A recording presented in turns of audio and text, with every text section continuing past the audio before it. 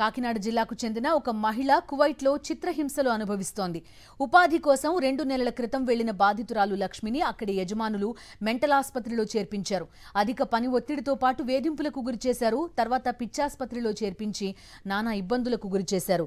అయితే తీవ్రంగా గాయపడిన బాధితురాలు లక్ష్మి తమ బంధువులకు వీడియో కాల్ చేసింది. తనకు జరిగిన అన్యాయాన్ని వారి ఇంట్లో వారికి చెప్పి కన్నీరు మున్నీరుగా విలపిస్తోంది. ఎలాగైనా తనను స్వగ్రామానికి తీసుకొచ్చేలా ప్రయత్నించాలని వేడుకుంటోంది లక్ష్మి.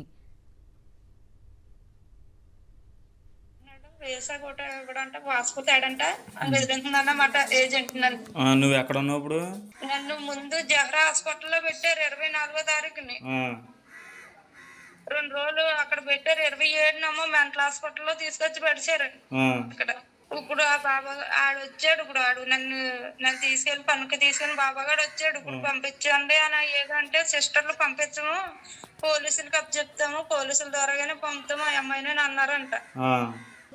నన్ను తీసుకొచ్చండి అని త్వరగానే ఇక్కడి నుంచి ఇవన్నీ దెబ్బలు, కొట్టేసిన దెబ్బలు ఇవన్నీ నోట్లుండారు నాకు. ఎక్కడెక్కడ